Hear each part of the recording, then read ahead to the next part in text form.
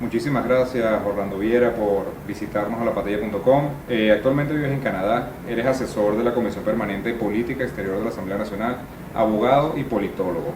Gracias por venir a lapatilla.com. Vamos a comenzar desde Canadá. ¿Cómo se ve la situación en Venezuela? ¿Cómo se ve lo que es el ámbito político en el país? ¿Cómo lo ven los extranjeros allá o hasta los mismos venezolanos que están viviendo allá?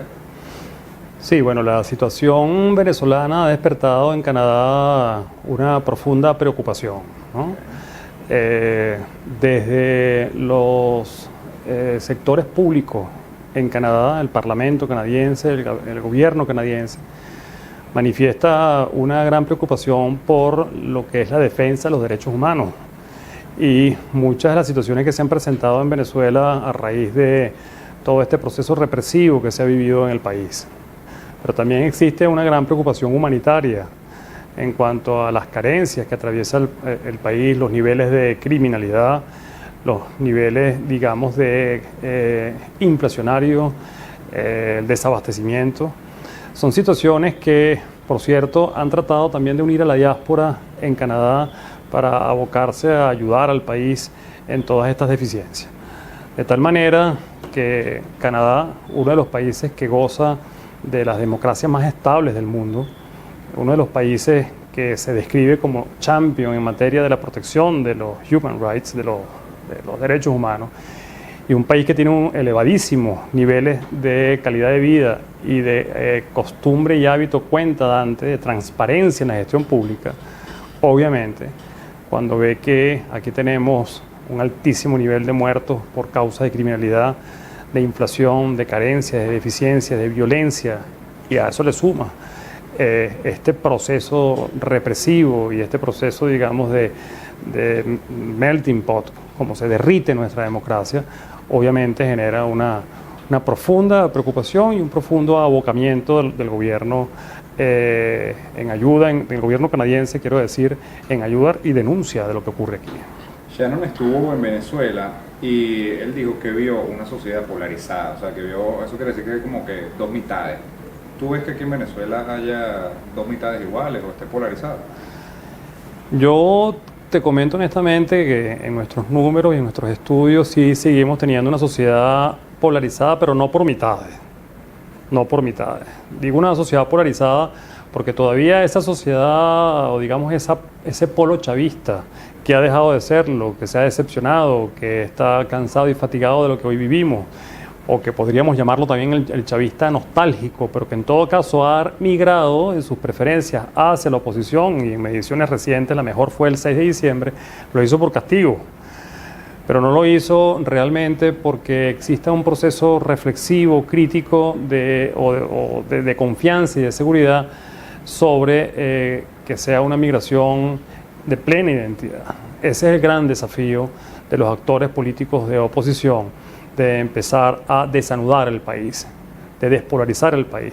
Un tema es que el presidente Maduro tenga poca popularidad y poca aprobación. Un tema es que las encuestas hoy den una aprobación a los actores de oposición que ronda el 66%.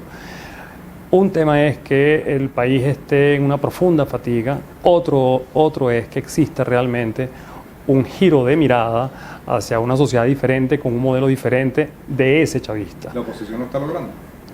Está en el proceso de madurarlo. Yo creo que estamos en un franco proceso de revisión, no solamente de lo que ha sido la actividad política del chavismo, sino del modelo, el modelo contralor.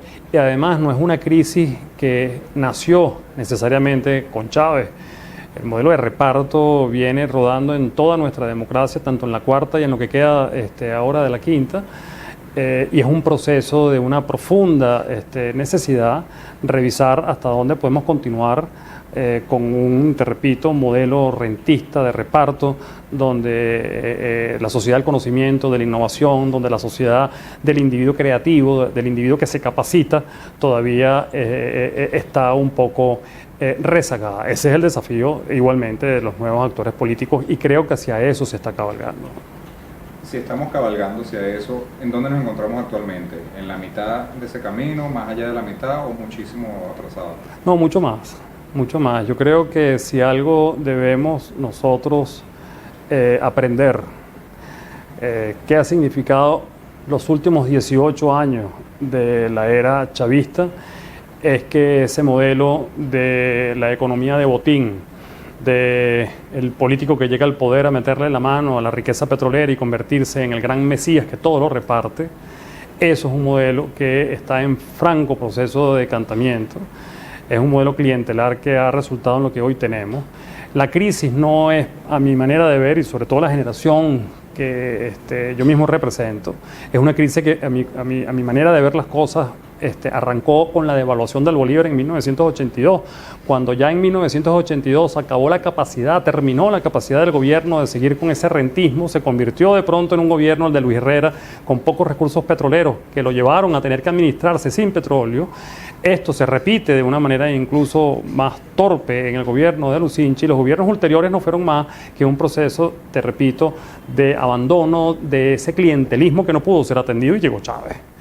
Y Chávez llega, para fortuna de él, entre comillas, pero para tragedia que hemos visto después del país, con un petróleo que le sube, con un petróleo que le permite exacerbar a tope lo que ha significado ese rentismo, y que creó honestamente que el ciclo de más de 30 años, 34 a la fecha, está a pocos minutos, por decirlo de manera metafórica, de culminar. Soy no en ese sentido optimista, te lo pongo como un bloque diacrónico, que creo que estamos en un franco proceso de depuración, de decantamiento de lo que fue una larga ruta y una trágica ruta de repartos, de clientelismo y de populismo. Que desde el punto de vista de politólogo, ¿cómo se le ve el futuro a Venezuela? ¿Qué le depara a Venezuela en el futuro? Bueno, el rebote de Venezuela es brutal, y te lo voy a tratar de resumir con lo que ha sido, por ejemplo, el caso Colombia, por allá con la llegada de Uribe, donde en ese caso 2 años, en un proceso de enrostramiento de lo que fue la guerrilla y de devolverle al país un poco de urbanismo y de seguridad, logró una recuperación, o logró sacar al país de un sentimiento absoluto, digamos, de oscurantismo y estancamiento. Lo mismo ocurrió con Fujimori en su momento, donde se giró la mirada nuevamente a un Perú posible sobre la base de un orden, de un nuevo orden, que era enrostrar lo que en ese momento era una situación, digamos, subversiva y de profunda anarquía.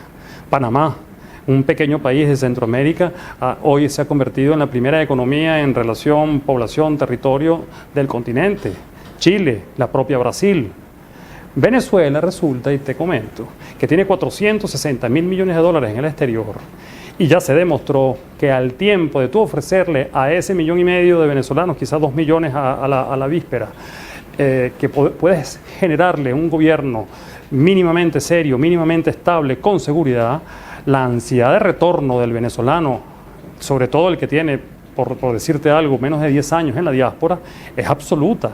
Y la ansiedad de emigrar patrimonialmente, no los 460.000 millones de dólares, te puedo hablar de cifras que puede ser a lo mejor el 5% de esto, pero las posibilidades de recuperación del país, un país además que está en este momento en absoluto desmantelamiento, es una situación desde el punto de vista de rebote y es un asunto incluso de proporcionalidad. Tanto ha sido la intensidad del desmantelamiento país, tanto ha sido la intensidad de deterioro país, como se produce una acción de igual o mayor proporción en el proceso de recuperación.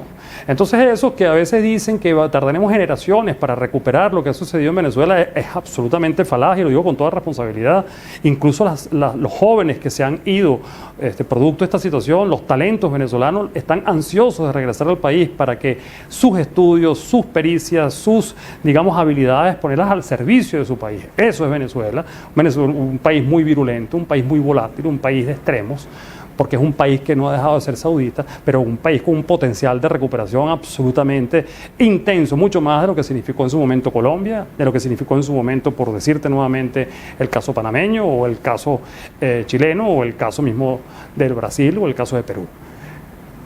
Para finalizar, algo que está en la opinión pública ahorita es las discusiones, negociaciones, diálogos que hay entre el gobierno y la MUD. ¿Eso es un problema? ¿La oposición tiene que sentarse a dialogar con el gobierno, tiene que sentarse a exigir?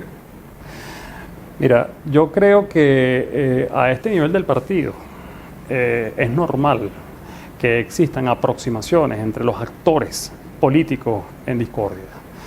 Nadie puede creer que, a lo menos para solicitar, para sentarse y aliviar la carga represiva del gobierno, abrir la economía, porque la agenda no es solamente política, la agenda es muy social, existen aproximaciones.